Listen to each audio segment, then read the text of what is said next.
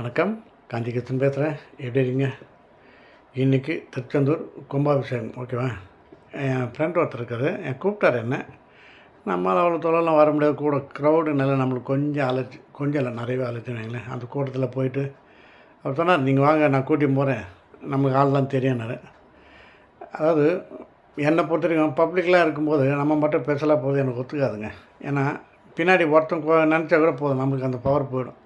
அதாவது எப்படி போகிறானுங்க பாரு, இவ்வளோ போய் நிற்கிற மனுஷன் இல்லையா அப்படின்னு ஒருத்தர் ஃபீல் பண்ணால் கூட நம்ம போய் சாமி கும்பிட்றதுல பலன் எல்லாம் போகுன்றதில் நான் ஒரு நம்பிக்கை வச்சுருப்பேன். அதான் எந்த கோயிலையும் நான் போய் பூந்து போகிறோன்னு போக மாட்டேன். ஒருத்தர் எகிரி குதிப்பாங்க, க்யூவிலே போகணும், முடிஞ்சால் க்யூவில் போகணும், இல்லை போக மாட்டேன். அது மாதிரி இது. இன்றைக்கி அவர் சொன்னால் நல்லா இருந்தது. கிட்ட 1,00,000 மேலேயே வந்துட்டாங்க ஜனங்க. எல்லா ஹோட்டலும் ஃபுல்லாகிடுச்சு, ரூம்ஸ் எல்லாமே ஃபுல்லாகிடுச்சுன்னு. ஆனால் அங்கே வந்து ஒரு சிறப்பு என்ன பண்ணிட்டாங்கன்னா, எல்லா அதாவது இவர் வீட்லேயும் சரி, ஒரு கிட்டத்தட்ட ஒரு தெருவில் 2-3 வீட்டில் அது மாதிரி அலோவ் பண்ணியிருக்காங்க. டாய்லெட் ஃப்ரீ பண்ணிட்டாங்க. ஐ மீன் என்னென்னா, போர்டு மாதிரி ஒரு சின்ன கேலண்டர் அட்டையால் எடுத்து பேப்பரில் எழுதிட்டாங்க, இங்கே டாய்லெட் வசதி உண்டு, யார் வேணால் வந்து யூஸ் பண்ணிக்கோங்க, அது பைசா கிடையாது அப்படின்னு போட்டாங்க. எவ்வளோ பெரிய ஹெல்ப் தெரியுங்களா? இப்போ பசி எடுத்தால் நம்ம ஹோட்டலுக்கு கூட போயிடலாம், ஒரு டீ சாப்பிட்லாம், காஃபி சாப்பிட்லாம், இல்லை வழியெல்லாம் அன்னதானம் பண்ணுவாங்க, அதெல்லாம் சாப்பிட்டுக்கலாம். இந்த இயற்கை உபாயம் ரொம்ப ரொம்ப இம்பார்ட்டண்ட். இது எங்கேயுமே பண்ண முடியாது. எங்கே போகிறது தயக்கம் இல்லை. நம்ம போய்ட்டு திடீர்னு போய்ட்டு, சார் உள்ளே நான் ரெஸ்ட் ரூம் போனோம், இப்போ தான் ரெஸ்ட் ரூம், அது முன்னே பாத்ரூம் போனால் விடுவானா? எங்கேயுமே அதுவே நீ என்ன பண்ண, உள்ளே போய் கிளறி பண்ணுற போல அனுப்போம். இதை மாதிரி பண்ணுறது வந்து பெரிய விஷயம். எல்லா ஸ்ட்ரீட்டுக்கும் 2-3 இடத்துல வச்சுட்டாங்க. எல்லாம் நிம்மதியாக போகிறாங்க. இன்னொன்று, நம்ம ஜனங்கிட்ட ஃப்ரீனோடனே ஒரு மாதிரி அசிங்கம் பண்ணிட்டு போயிடுவாங்க. அதெல்லாம் பண்ணாமல் இருந்தால் நல்லாயிருக்கும். இந்த இது படிச்சதில் நம்மளுக்கும் ஒரு ஃபீல் வருது. காஞ்சிபுரத்தில் தேர்னா தான் ஃபேமஸ். அந்த தேர் டைமில் அந்த மெயின் ரோட்டில் இருக்கவங்க இல்லை இருக்கிறவங்க இதை மாதிரி வசதி பண்ணால் நல்லாயிருக்கும் அப்படின்னு. ஏன்னா இப்போ அன்னதானன்றது எல்லா இடத்துலையும் வருது. முன்னெல்லாம் காஞ்சிபுரத்தில் 3 வகை சாதம் தான் போடுவாங்க, சாம்பார், தயிர் சாதம், எலுமிச்சம் சாதம். இப்போ எல்லாமே டிஃபன் போட்டாங்க. இன்னும் ஆப்பம் பால் தாங்க போடல, மீதி எல்லாமே வந்துடுச்சு. இடியாப்பம் கூட போட்டாங்க. அங்கே காஞ்சிபுரத்தில் வணிகர் வீதின்னு ஒரு இடம் இருக்குது. அங்கே ஹோட்டல் மாதிரி வெளியே கடாயெல்லாம் வச்சுட்டு பெரிய பெரிய அண்டாலாம் சாப்பாடு வச்சு தோசை, செட் தோசை, இட்லி, பூரியெல்லாம் போடுறாங்க. எல்லாமே ஜமன் சாப்பிட்டு அன்னதானம் பண்ணுறாங்க. அது மாதிரி அது கேட்குறதுக்கு நல்லா இருக்குது, பார்க்குறதுக்கு நல்லாயிருக்கு. இந்த டாய்லெட் வசதி எல்லா இடத்துலையும் பண்ணால் நல்லாயிருக்கும். ஏன்னா கவர்மெண்ட் எல்லா இடத்துலையும் செய்ய முடியாது.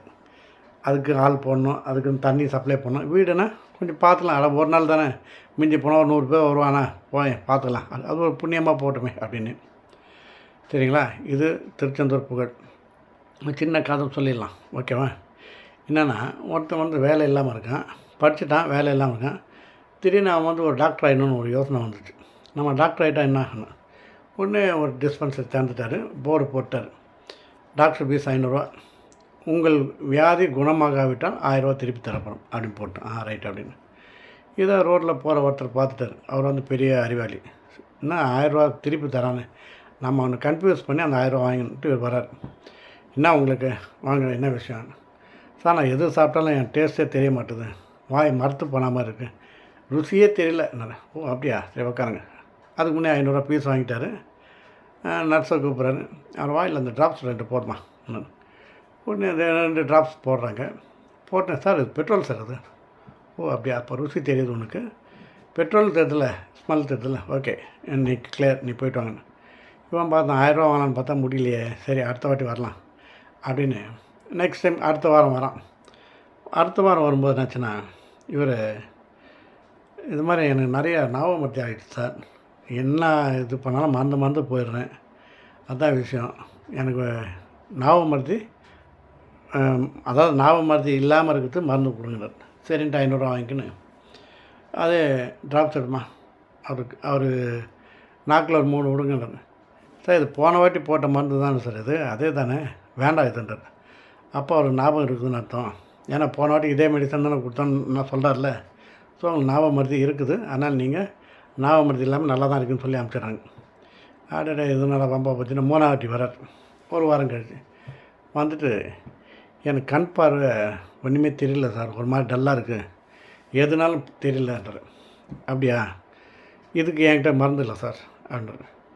அப்படியா, சரி, ஏன்னா இதுக்கு கண் பார்வையில் என்ன மருந்து இல்லை, நீங்கள் என்ன கண் டாக்டரை போய் பாருங்கள் அப்படின்னாரு. அப்போ எனக்கு 1000 ரூபா கொடுத்துருங்க அப்படின்னு. ஏன்னா ட்ரீட்மெண்ட்டு சரியில்லைன்னா 1000 ரூபா தரணும் இல்லை, மருந்து இல்லைன்னா 1000 ரூபா அப்படி. இவரும் என்ன பண்ணுறாரு, அவர் 1000 ரூபா கேட்குறாரு. இவர் 2 200 நோட்டு எடுத்து கொடுக்குறாரு. இந்தாங்க 1000 ரூபா, 500 500 இந்தாங்க. அவர் பார்த்து, என்ன சார் 400 ரூபா தான் தரீங்க, 2 200 400 தானே தரீங்க, 500 இல்லைன்னா 2 1000ன்னாரு. 2 500னா தான் 1000ன்னாரு. அப்போ உங்களுக்கு கண்ணு நல்லா தெரிஞ்சு அந்த 400 வாங்கிக்கின்னு போய்ட்டு வர சொல்லலான்ட்டார். அதாவது இவர் அவரை ஏமாற்றலான்னு பார்த்தாரு. ஆனால் அவர் வந்து உஷாராக கடை போடுறல, நான் எப்படியாவது பிழைக்கணும்னு அவர் பிழைச்சிட்டாரு, இவர் ஏமாந்துட்டார். இது வந்து ஒரு ஜாலியாக எடுத்துக்கலாம். ஓகேவா? அதாவது நம்ம ஒருத்தரை ஏமாற்றலான்னு பார்க்குறோம், ஆனால் நம்மளுக்கு மேலே ஒருத்தர் இருப்போம், அவர் வந்து நம்மளுக்கு வைப்பாங்க. இப்போலாம் அப்படி தாங்க, ஒருத்தர் நம்ம ஏமாற்றிட்டு வெளியே வந்தோன்னா அடுத்த நிமிஷம் நம்மளுக்கு வெளியவே இருக்குது. நீங்கள் அதை கிராஸ் பண்ணுறதுல உங்களை அந்த அடி விழும். அதான் விஷயம். ஓகேவா? ஜாலியாக எடுத்துக்கலாம். Good night. நாளைக்கு பார்ப்போம்.